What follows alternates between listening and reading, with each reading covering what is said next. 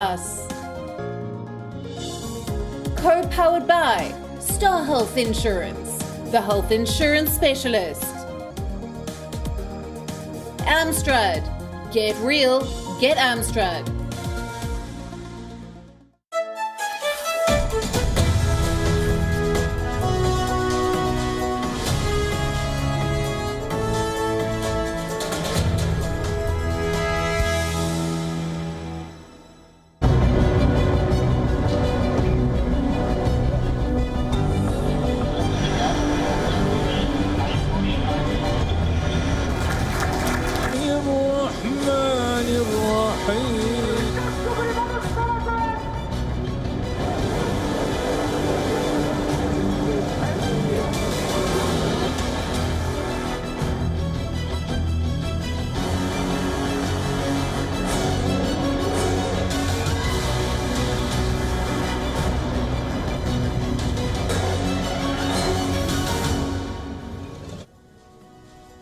France is on high alert.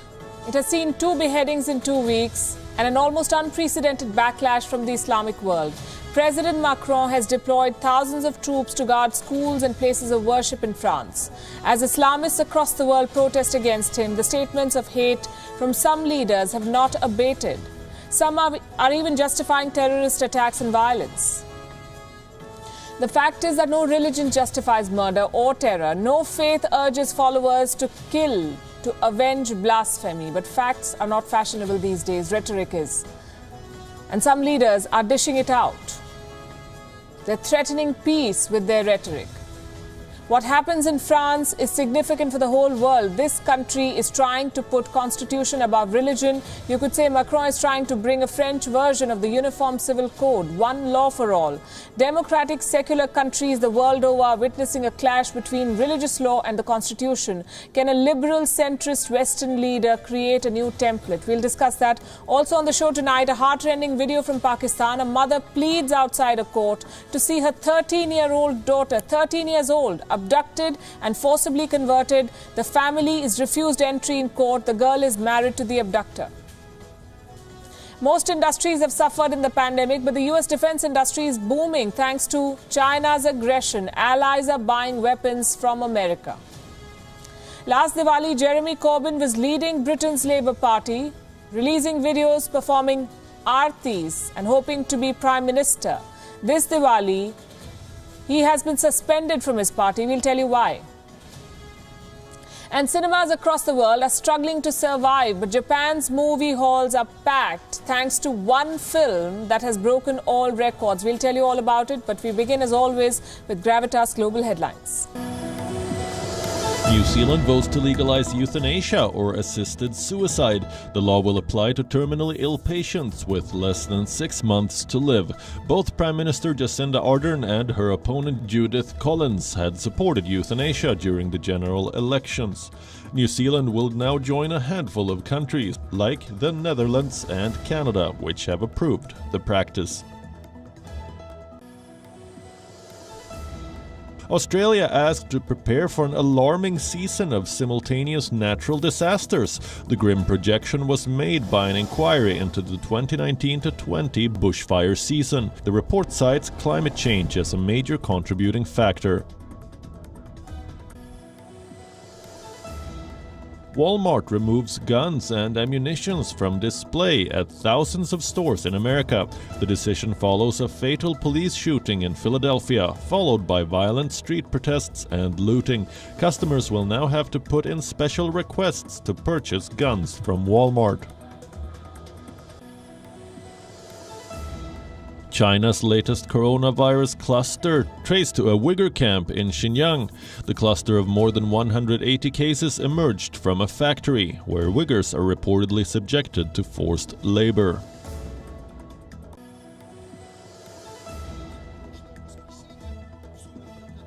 Belarusian strongman Alexander Lukashenko tightens his grip on power, shuts down borders, and names a new interior minister as he aims to curb the months-long street protests.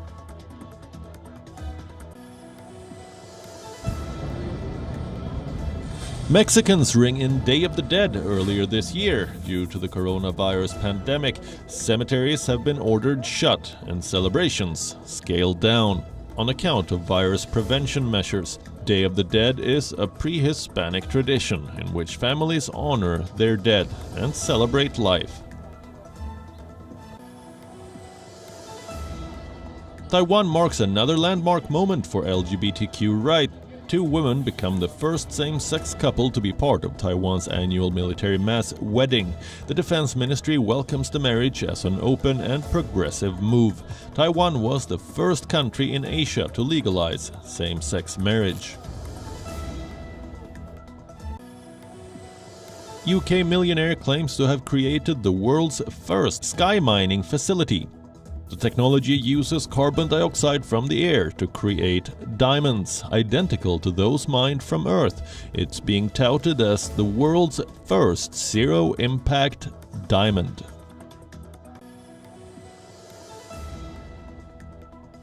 German tennis star Alexander Zverev has denied accusations of domestic violence by his ex-girlfriend Olya Sharipova. Sharipova claims Zverev was abusive towards her during the course of their relationship, and he tried to strangle her with a pillow before the 2019 US Open that she says left her afraid for her life. Sharipova has also stated she is willing to take a lie detector test to back up her claims. World number 7 Zverev has strongly denied the accusations and called them simply not true in a statement on Twitter.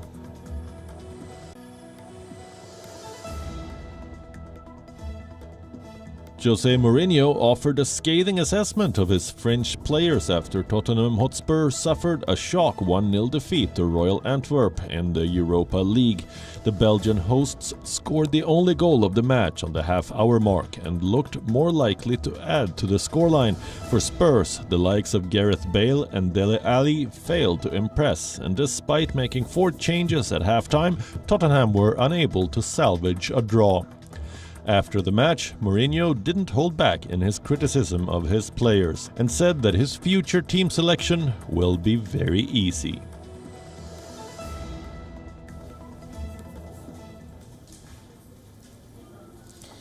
One day after the second beheading in France, the country is on high alert.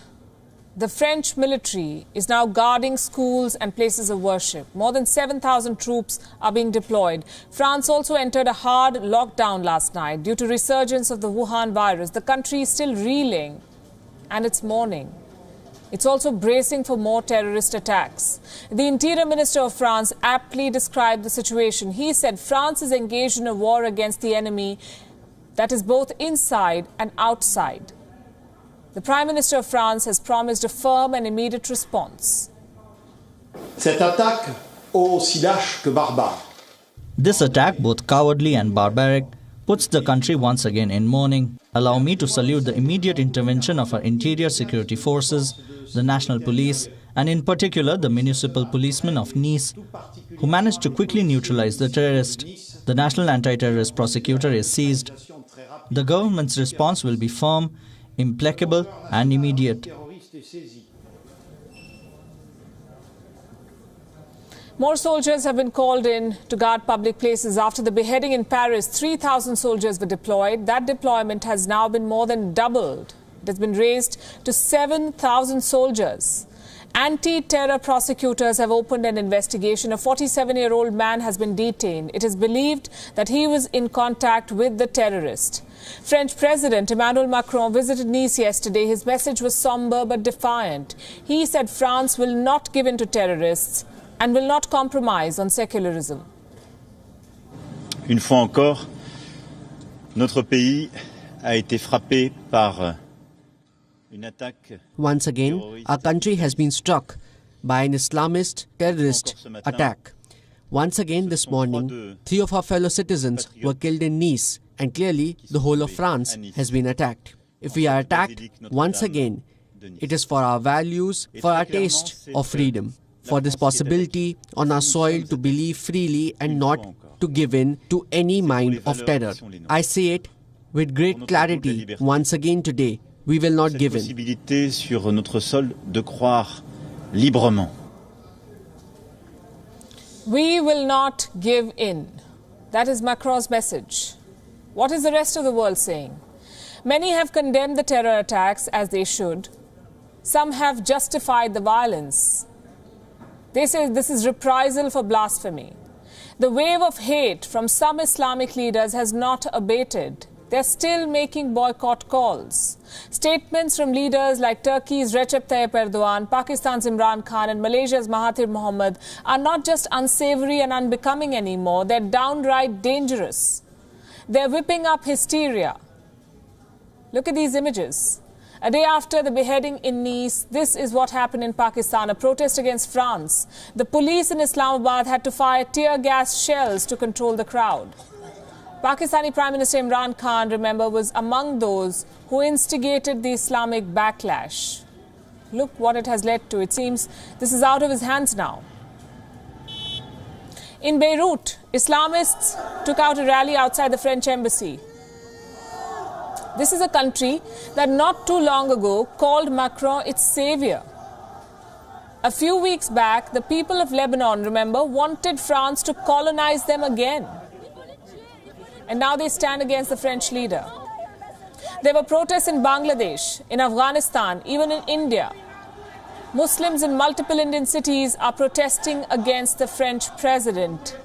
These images from Mumbai went viral. Posters of the French president pasted on a busy road. Reports say the police has now removed them. And then we saw protests in Bhopal, in the central Indian state of Madhya Pradesh. This is a protest against France and its president. In London, there were protests outside the French embassy. This, as I said, is a global phenomenon now, protests against France by Islamists the world over. This is a challenging time for France. The country has been a victim of terrorism. It is home to the biggest population of Muslims in Europe. And it has taken upon it itself to rescue Islam from the radicals. The fight will not be easy.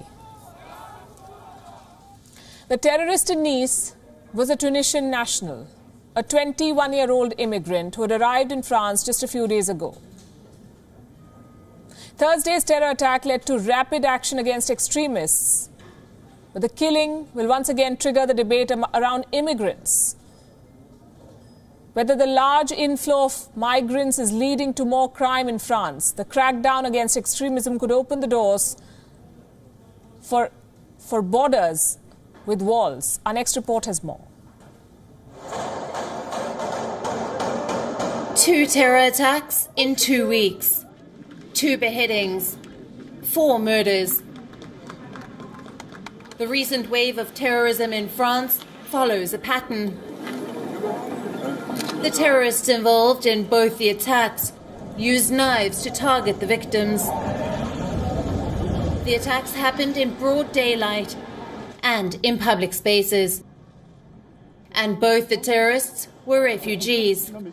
The killer of Samuel Paty was Abdullah Anzarov, an 18-year-old who had arrived in France with his Chechen parents when he was 6.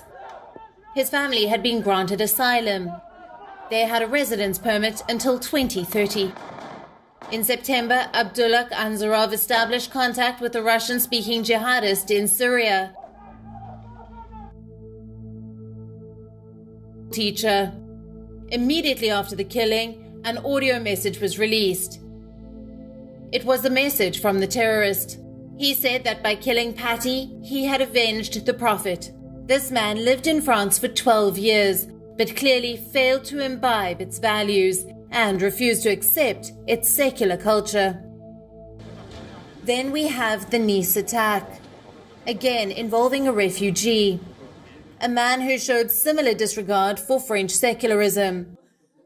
He was 21 years old. He had arrived in Europe only a month ago. The terrorist was carrying a copy of the Quran when he went to the Notre Dame Basilica. He killed 3 people in the church, injured several others. There are no doubts on the motivations and the determination of the perpetrator, who was constantly repeating Allahu Akbar while he was being medically treated. Also, one of the 3 victims was the keeper of the church, increasing the emotions here. The terror attacks have led to a crackdown on radicals in France. They might also trigger a rethink on refugees. They may shape the future of France's immigration policy. So far, critics saw refugees as usurpers of jobs and amenities, unwanted encroachers. Now, if refugees are seen as the link with terrorism, the sentiment against them will grow stronger. The issue of refugees has been central to European politics. Far-right leader Marine Le Pen has blamed African immigrants for crime in France. Her party has called them a threat to French civilization. President Emmanuel Macron himself took a tougher line in 2019 when he said that his country cannot host everyone. Later in November, he announced new measures on immigration. France is on high alert. It may have to reconsider its policy of open borders. The Paris terror attack in 2015 had led to calls for shutting doors to refugees. The 2020 beheadings involving refugees may reignite the debate. Bureau Report, WION, World is One. L'islam est une religion qui vit une crise aujourd'hui, partout dans le monde. Nous ne le voyons pas que dans notre pays. C'est une crise profonde qui est liée à des tensions entre des fondamentalismes, des projets justement religieux et politiques qui, on le voit dans toutes les régions du monde, conduisent à un durcissement profond, y compris dans des pays où l'islam est la religion majoritaire. Nous allons donc renforcer les contrôles, mettre dans la loi les principes en vertu desquels il sera permis de dissoudre les associations et assumer que, en vertu de nos principes républicains, et sans attendre que ce soit le pire, on puisse dissoudre des associations dont il est établi qu'elles portent ces messages, qu'elles contreviennent à nos lois et nos principes.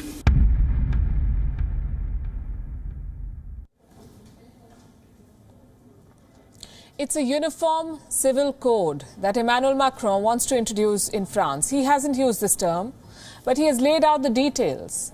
He wants the French constitution to be above religion. He wants all French citizens to be equal before the law. Why has this triggered such a backlash? What implications will the French law have on other countries? Is Macron setting a precedent for secular democracies to follow? And why is the Islamic world opposing such progressive decisions? In the next 4 minutes, we shall try to understand. Let me start by talking about Macron's plan. What does he want to do? In December this year, his government plans to table a bill. They want to strengthen an old law, a law that was made in the year 1905, more than 100 years old. This law officially separated the church and the state in France. This law established state secularism in France. They call it laïcité. It was based on 2 important principles. 1, the neutrality of the state, and 2, the freedom of religious practice. What President Macron plans to do is amend the second principle. He says people have the right to belong to any faith, but they should not have the right to display religious affiliation in schools or public service. What does that mean? What will this new law do? It will increase scrutiny of religious communities, their source of funding, and their associations. Simply put, President Macron of France wants to scrutinize Islamic activities in his country. He wants to rescue them from radicalism. Listen to this. We are going to open a new path together. We are going to try together to build an organization that will allow us, I hope and I believe, to build an Islam of enlightenment in our country. That is to say, an Islam that can be at peace with the French Republic, one which respects all the rules of separation and allows all voices to be pacified. It is not the job of the state to structure Islam, but we must allow and accompany this emergence, starting by freeing Islam in France from foreign influences. Freeing Islam from foreign influences. The message is clear. France will not tolerate foreign funding of Islamic institutes. It will not allow foreign Islamic preachers to influence French Muslims anymore. Why does France need these rules? Because there are fears that a section of French Muslims is being exposed to radical Islam. This dangerous brand of Islam is being imported. It is being financed from abroad. Right now, France is said to have 300 detached imams from outside the country. 300 imported imams. They have no link to the French Republic. They're recruited by French mosques. These foreigners are filling vacancies in France. And at least half of them, 150 imams, are said to be from Turkey. Well, they may or may not understand French secularism. The Macron government wants to keep a check on what they're preaching.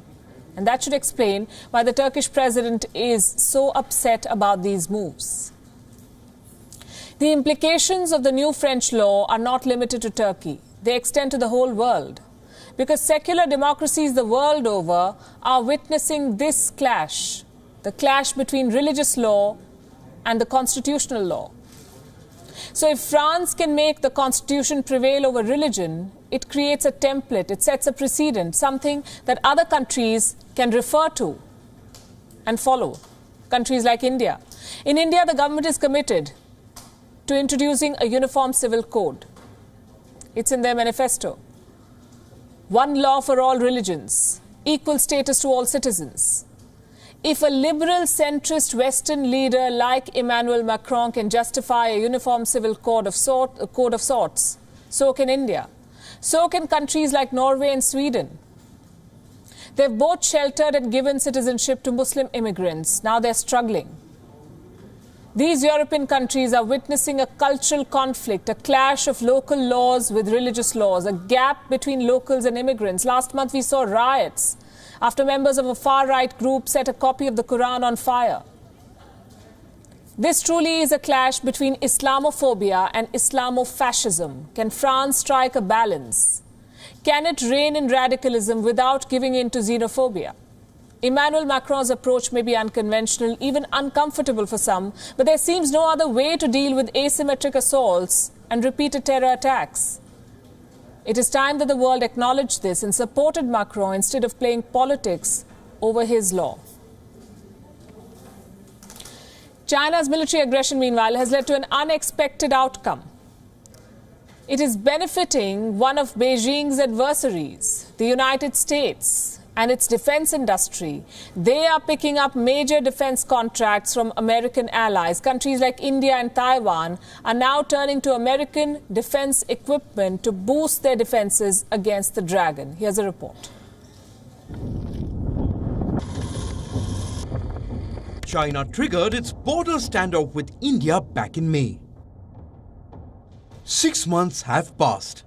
After multiple rounds of talks, China hasn't pulled back. Indian soldiers have now dug in for the long haul. They needed special gear for an extended winter deployment. The United States was happy to step in. Reports say India has acquired 11,000 sets of extended cold weather gear from the US Army. These sets have come from the stock holdings of the US Army. India is not the only country that reached out to the US for defense supplies. As China's aggression grows, American allies have been dialing Washington for arms and ammunition. The American defense industry has won multiple contracts. Taiwan tops the list of major purchases. 2 major deals were announced in 1 week. The first one was worth $1.8 billion for cruise missiles, rocket launchers and surveillance equipment. Weapons that can target the Chinese mainland. China announced sanctions, but a second deal has followed. A package worth $2.4 billion.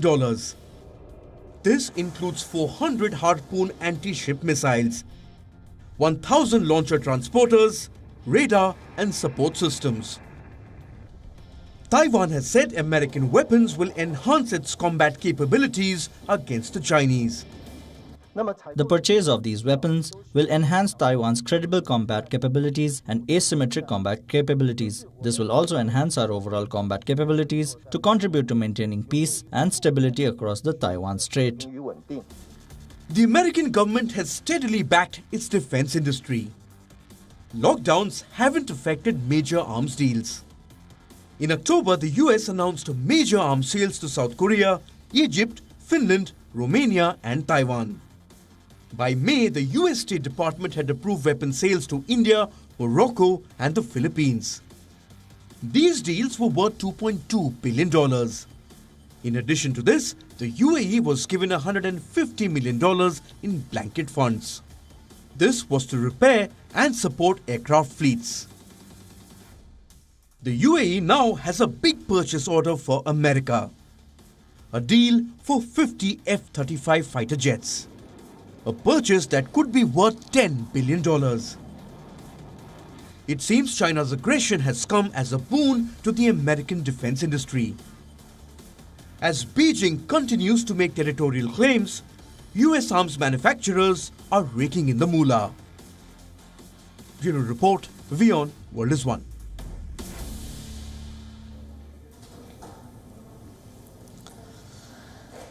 Let me tell you a story. It is set in the land of the pure, a land where terrorists roam freely, a land where ministers hail terror attacks in parliament.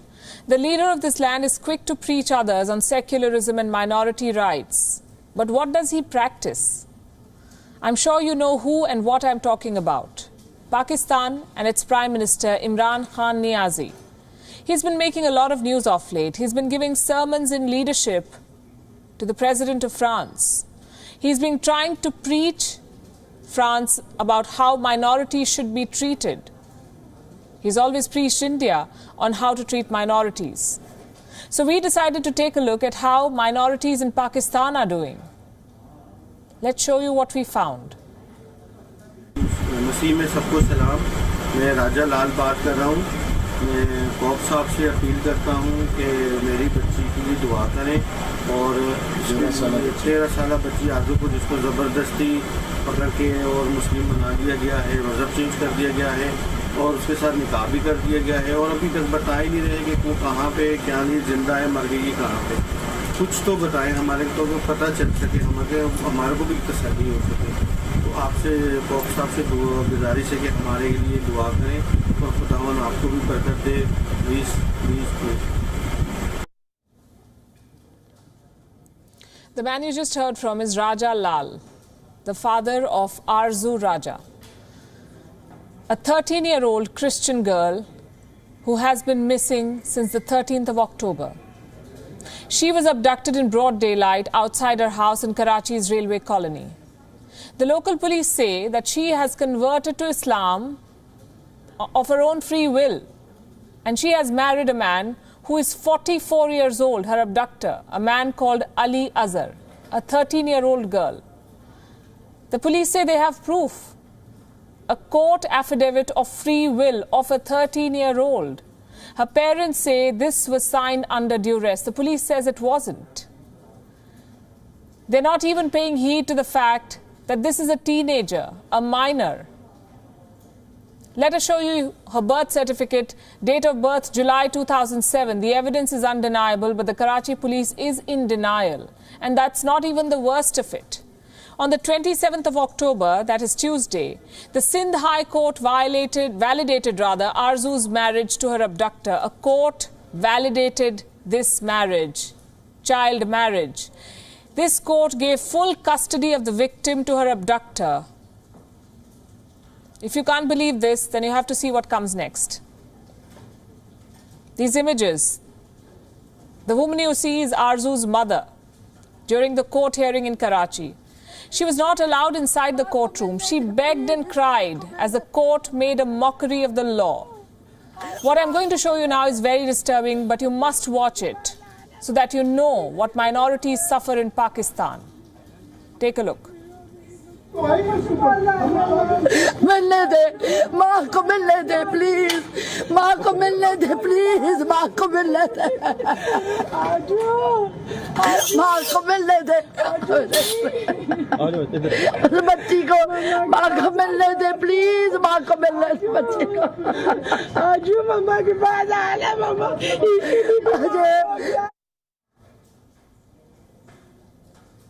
A 13-year-old girl is kidnapped, converted to Islam, married to her abductor. Her parents are blocked access, and the court says this is her own free will. This is the state of minorities in Pakistan. And just in case you think this is a one-off case, let me tell you it's not. In August this year, another Christian girl was abducted and married in a similar fashion. Her name was Maria Shehbaz, 14 years old. The same story, kidnapped, converted, forcefully married and ordered to stay with her abductor. Her whereabouts are still unknown. Her parents are still fighting for justice, still looking for her. Fear has become a daily reality for the Christians of Pakistan. They constitute just 2% of the Islamic Republic's total population. But they're facing increasing discrimination and violence by the majority Muslims. A measure of how they're being treated can be gauged from the stories of Arzu and Maria. Two minority girls failed by the judicial system of Pakistan, a system where judgments are passed based on Islamic interpretation of the law, as the government of Pakistan chases wrong priorities, panders to extremists, and lectures other countries on how to treat minorities. Now it's time for our daily segment on the US election. This is the final sprint of the election cycle. 4 more days to go. The campaigning is at its peak. Democrats and Republicans are holding dueling rallies. This one happened in Florida. These campaigns were a tale of two different worlds.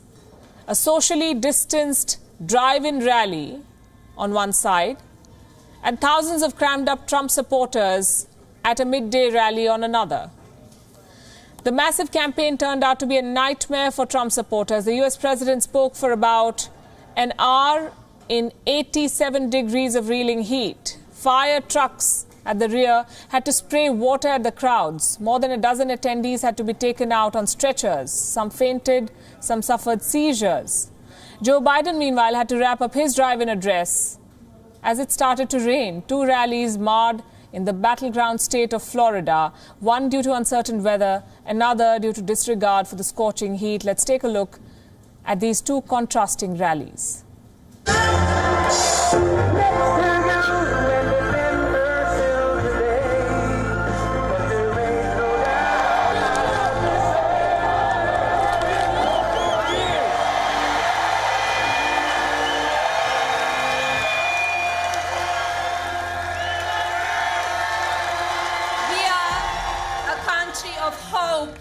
Not a country of fear or weakness.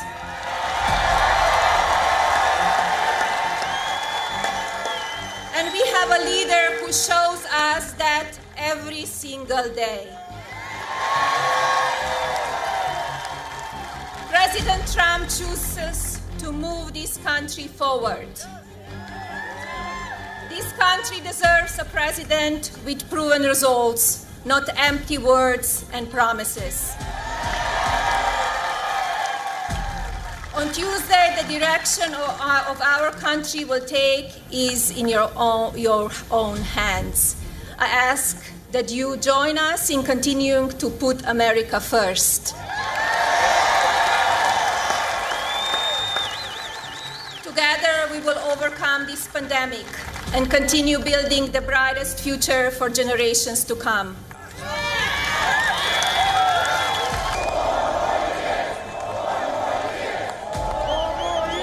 Look at that. Oh, are they doing that on purpose? Are they friend or foe? I don't know, I actually felt good. I felt water on my face. I said, where the hell is that? Biden wants to terminate our travel bans and surge refugees from the most dangerous places in the world. He will open the floodgates to radical Islamic terrorism. And you saw what happened 3 days ago, the beheading in France, and today it happened again.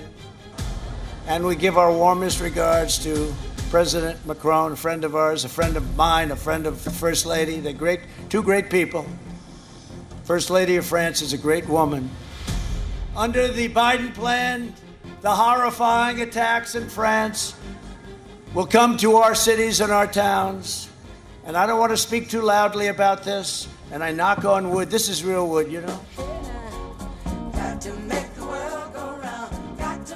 You have to vote. You have to vote because while Donald Trump fails to condemn white supremacy, we can deliver on racial justice. Donald Trump, he doesn't believe there's any such thing as systemic racism as a problem. He won't even say Black Lives Matter. Well, you know and I know Black lives do matter, and so do others. That's why this season of protests has broken out all across the nation. President Trump can't advance democracy and human rights for the Cuban people or the Venezuelan people, for that matter, when he has embraced so many autocrats around the world, starting with Vladimir Putin and Kim Jong-un of North Korea. Trump is the worst possible standard bearer for democracy. Got to make the world go round. Got to make the world now. You people. Remember Jeremy Corbyn, the erstwhile leader of the UK's Labour Party, the man infamous in India for his activism on Kashmir, the man accused of sympathising with Hamas terrorists, the man accused of harbouring anti-Semitic sentiments. Well, he's now been suspended. This time last year, he was the prime ministerial candidate in Britain. Now he's been suspended from the Labour Party. What happened? Let me give you the long answer first. Jeremy Corbyn has been suspended for seeking to deflect blame away from himself after a report found that under his leadership, the Labour Party was responsible for unlawful harassment and discrimination. Now let me give you the short answer. Jeremy Corbyn has been suspended for overreacting to an anti-Semitism report. The report in question has been released by the Equality and Human Rights Commission. It was published on Thursday. It found the Labour Party responsible for 3 breaches to British Equality Act of 2010 under Corbyn's leadership. 1. Political interference in anti-Semitism complaints. 2. Failure to provide adequate training to those handling anti-Semitism complaints. And 3. Harassment. Now, as soon as the report was released, Mr. Corbyn put out a Facebook post. He washed his hands off all charges. Allow me to quote from what he said. I strongly contest the political intervention to suspend me. A false impression has been created of the number of members accused of anti-Semitism. That is what has been overstated, not the seriousness of the problem. He's calling it political intervention. Now listen to the statement by Labour Party's current leader, Keir Starmer. I found this report hard to read, and it is a day of shame for the Labour Party. We have failed Jewish people, our members, our supporters, and the British public. And so, on behalf of the Labour Party, I am truly sorry for all the pain and grief that has been caused. To Jewish people, our Jewish members, our long-standing Jewish affiliate JLM, to the people driven out of our party, the Jewish members driven out of Parliament. Those that deny there's a problem are part of the problem. Those that pretend it's exaggerated or factional are part of the problem. And under my leadership, we will have zero tolerance of anti-Semitism. Under my leadership, we will accept this report in full, recognise the hurt that's been caused, and act on the recommendations with speed. And he acted with speed. Jeremy Corbyn stands suspended. He will soon face an investigation, but he also stands firm on his position. Mr. Corbyn is planning to challenge his suspension. He has asked his supporters within the Labour Party to gear up for a fight. What I'll be doing is appealing to the party and those that have made this decision to kindly think again. All I've done is pointed out that this terrible issue of anti-Semitism does exist, and anyone that has anti-Semitic views has no place in the Labour movement or the Labour Party, and we have to deal with it. That is why I set up a process to deal with it. I've explained what I said. I've explained what I meant by it. I am not diminishing or minimising the issue of anti-Semitism. It is serious, it is real, it does exist. And indeed, I've said very bluntly to a number of people over the past few years who've said to me, well, it doesn't exist. I said it does exist and it's got to be dealt with, and I am determined to make sure it is dealt with. What a fall from grace for Mr. Corbyn. He has represented the Labour Party in the British Parliament since 1983. But his tenure has been marred by consistent complaints of anti-Semitism. I could give you a few examples. In August 2018, an old video of Corbyn emerged in which he said that a group of British Zionists had no sense of English irony. He said he used the term Zionist in an accurate political sense. His critics were not convinced. Again in August 2018, Corbyn came under fire for his presence at a ceremony in Tunisia, which was apparently meant to honour the perpetrators of the 1972 Munich massacre. I'm sure you must have seen the film that was made on this massacre. 11 members of the Israeli Olympic team were taken hostage by Palestinian militants. 9 of them were killed. Mr. Corbyn attended a ceremony reportedly in honour of these killers. And again in 2018, Jeremy Corbyn was criticised for sending an apparently supportive message to the creator of an anti-Semitic mural. He later clarified that he had not looked at the mural properly. Well, we hope he has taken a good look at his suspension letter. What if it's for a lifetime? There's an interesting story developing at the Japanese box office as we speak. One film is single-handedly filling cinema halls across the country. It's called The Demon Slayer. And in 10 days, this movie has raised to $95 million, the highest ever in Japan. It's a box office record for this country. Our next report tells you how this Demon Slayer has rescued Japan's battered film industry.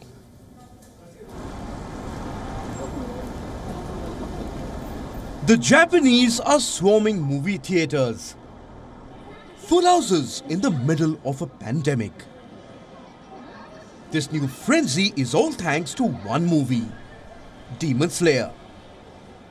The title doesn't leave much room for explanation. The movie is about a boy who turns into a demon slayer after his family is killed.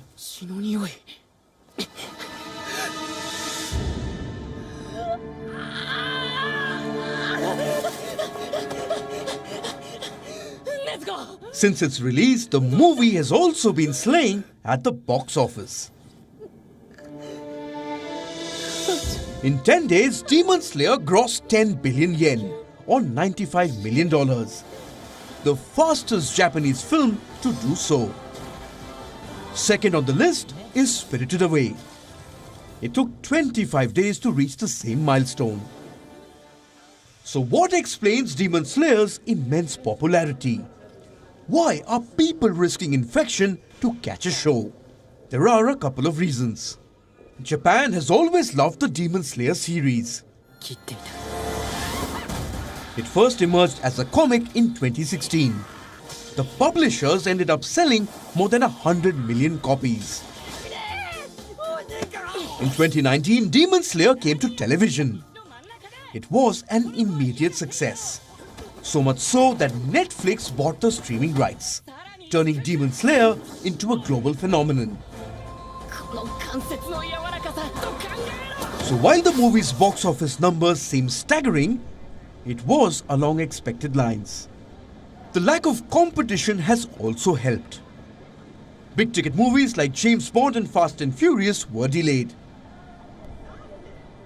Japanese moviegoers were eagerly awaiting for a release. And along came Demon Slayer. Total concentration, water breathing. In the first 3 days of screening, it raked in $44 million. Some cinemas ran up to 40 shows on opening day. Busan Kibutsuchi, I'll make you pay. Cinema chains in Japan were struggling to stay open. The government never ordered them shut.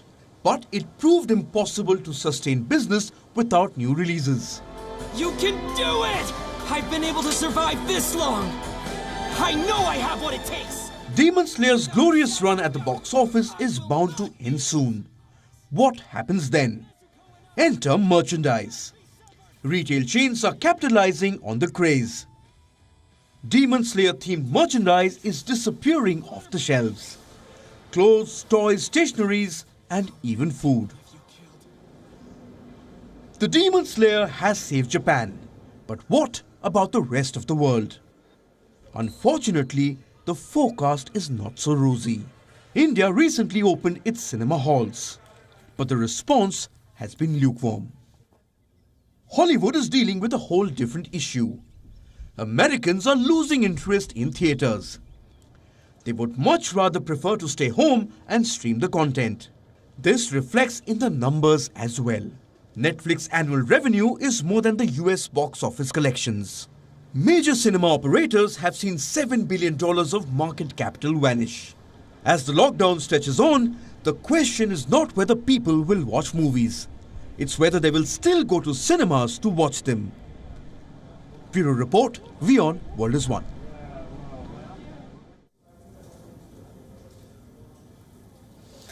Alexandria Ocasio-Cortez, the youngest woman ever elected to the US Congress, is again in the headlines, this time for a magazine's photo shoot. She's been criticized for donning luxury clothing worth $14,000. For someone who calls herself a democratic socialist, this photo shoot is just another example of champagne socialism, say her critics. Here's a report. Meet Vanity Fair's latest cover star, Alexandria Ocasio-Cortez, more affectionately known as AOC. On social media, she's being called a hypocrite. The reason? A white silk suit from Aliette, an expensive polka dot Wales bonnet dress, a black suit by Loewe worth $3,000, which, by the way, she got to keep, and a pair of black Christian Louboutin heels. The total cost of her outfits is more than $14,000. Not expected from a congresswoman bidding for re-election from the Bronx, the poorest congressional district in the United States. Interestingly, AOC follows democratic socialism, the philosophy of which is rooted in a socially owned economy, one that does not address inequality by dressing in luxury brands or designer gifts worth $3,000. But AOC is not the only champagne socialist in the world. Several socialist and Marxist leaders have had preppy lifestyles, ways that contradict their political assertions. History bears testimony to Fidel Castro. The leader of the Cuban Revolution overthrew Batista to establish an equilibrium between the rich and the poor, but ended up becoming a dictator, famous for his love of luxury watches. Castro was so fond of the Rolex that he wore two on the same wrist, even gifted one to his contemporary revolutionary, Che Guevara. In fact, Castro's commie friend was often spotted showing off his Submariner. Venezuela's socialist government is also accused of hypocrisy. At a time when Venezuelans are struggling to feed themselves, President Nicolas Maduro's flashy living and dirty money is an open secret, as is the Russian president's flamboyant lifestyle. For a former KGB spy in a country historically based on communism, Vladimir Putin owns a palace on the Black Sea coast, a yacht worth over $35 million, and is a part owner of the famous gas company Gazprom. Putin's love for wealth is no secret. Just like Jeremy Corbyn's, the former leader of UK's Labour Party claims to be on the side of the workers, but in reality is an elite. His earnings of 2019 amounted to £142,000, something that got critics questioning his sanctimony. As leaders who are trusted by the masses, it is disappointing to see them do the very things they so fiercely oppose. Bureau Report, WION, World is One.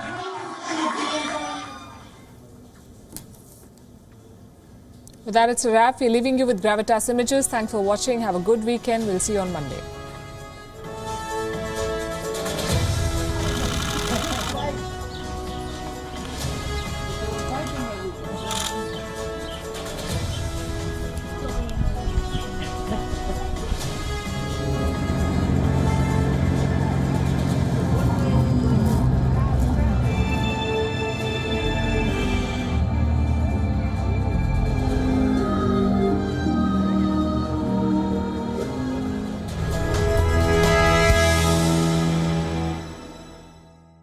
Gravitas, co-presented by SBI Mutual Fund, a partner for life.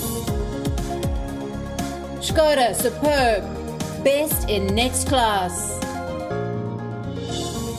Co-powered by Star Health Insurance, the health insurance specialist. Amstrad.